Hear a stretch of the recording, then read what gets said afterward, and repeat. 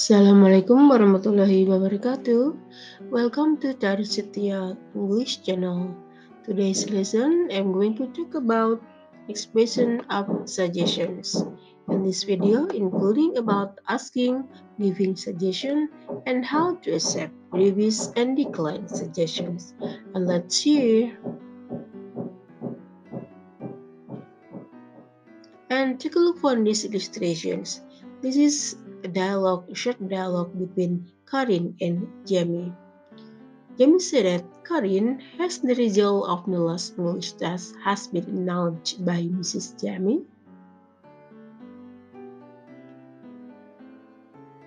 And then Karin said, yes, it has. Did you pass the test? Jamie said that I was absent from the last meeting since I looked after my mom at home. So, I didn't know my score yet. So what should I do?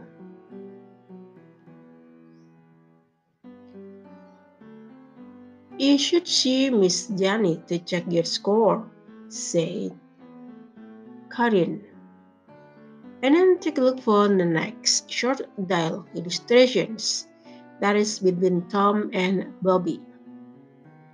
Tom said that my dad coughed all night long. He cannot go to work today.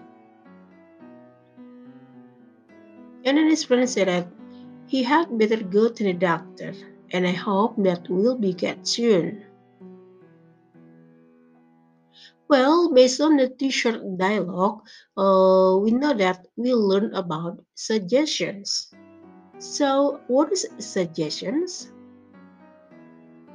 Let's see the definition of suggestions. That actually suggestion is an idea or solution for a person's considerations. And giving suggestion is giving an idea or solution to others based on their problems. Jadi artinya giving suggestion itu memberikan ide atau saran kepada orang lain berdasarkan permasalahan yang dihadapi oleh orang tersebut. And take a look on the social function when we talk about suggestions. The social function is to show our respect to other people. Jadi untuk menunjukkan rasa peduli kita kepada orang lain yang memerlukan bantuan kita. That is for social function atau fungsi sosial pada saat kita membicarakan mengenai suggestion or giving suggestion.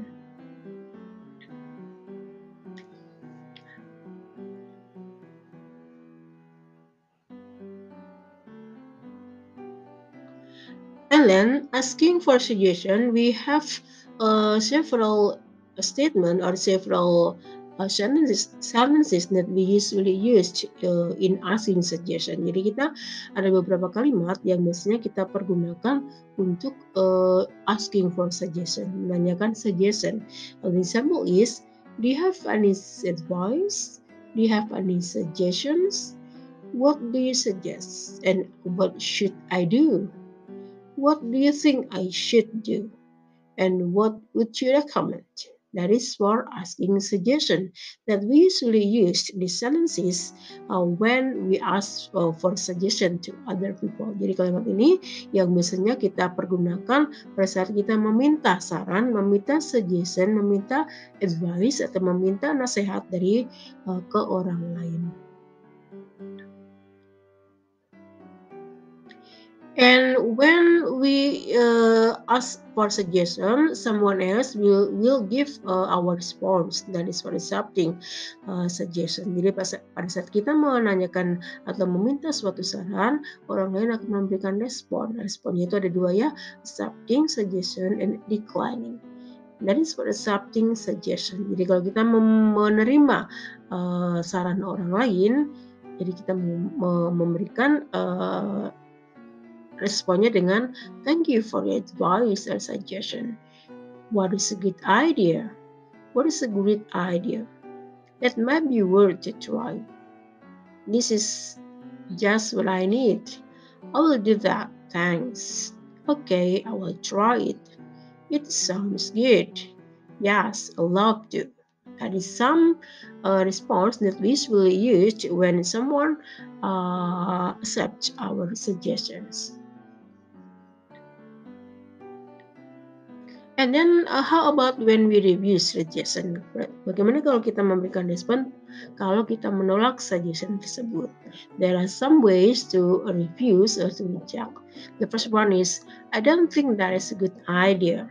Saya nggak yakin tuh itu ide yang bagus misalnya ya. I don't think this would be work. And then, do you have any suggestion? Or do you have any advice? Or do you have any other suggestion or advice? For example, this is a good idea, but nampaknya ini kita tentukan mungkin tidak cocok dengan ide tersebut. And I'm not really sure about that. Sorry, I can't. No thanks, for example. Sorry, I don't like it. That is other ways to refuse or to reject for our suggestions, one suggestion. And when we want to give suggestion, pada saat kita mau memberikan suggestion kita, tadi kan aslinya, sekarang suggestion, memberikan suggestion, kita bisa menggunakan pattern ini. We can use why don't, and then why not, or let's, and how about, and then how about, sama dua ya, then I suggest. Tapi perbedaannya kita telah satu-satu ya. When we use why don't setelah itu diikuti oleh subjek dan verb one. Example is, why don't you go to the police stations? And then why not? That is followed by verb one. And the example is, why not track your phone with my phone? And then the third one is let's, followed by verb one. And the example is, let's go on vacation. And the fourth one is how about. How about ada dua versi. How about diikuti oleh verb one, verb ing maksudnya lah. Kemudian how about diikuti oleh subjek dan verb one. The first one is how about verb ing. And the example is how about wearing this clothes. And then the next one is how about you tell the truth. Tadi ada dua ya, how about. Perbedaannya satu diikuti oleh verb ing, satu lagi diikuti oleh subjek dan verb one. And the last is I suggest that, dan ini diikuti oleh subjek and the verb one. I suggest that you submit your homework soon. Well, that is the example of giving suggestion and the pattern of giving suggestions. And the other pattern we can use, you should, you ought to, and you had better. The whole must be followed by verb one. You should, verb one, and then you ought to, verb one, and then you had better verb one. The example is, you should bring your own book, and then you ought to ask your mother.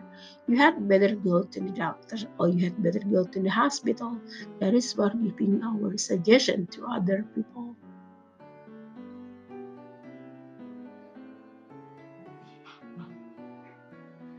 And when we giving suggestion to other people, we can use suggestion words like suggest. Jadi kita pergunakan kata-kata yang berhubungan dengan suggestion-nya. Misalnya suggest atau memberikan saran, recommend memberikan rekomendasi, propose mengusulkan, put forward menganjurkan, dan advice atau memberikan nasihat.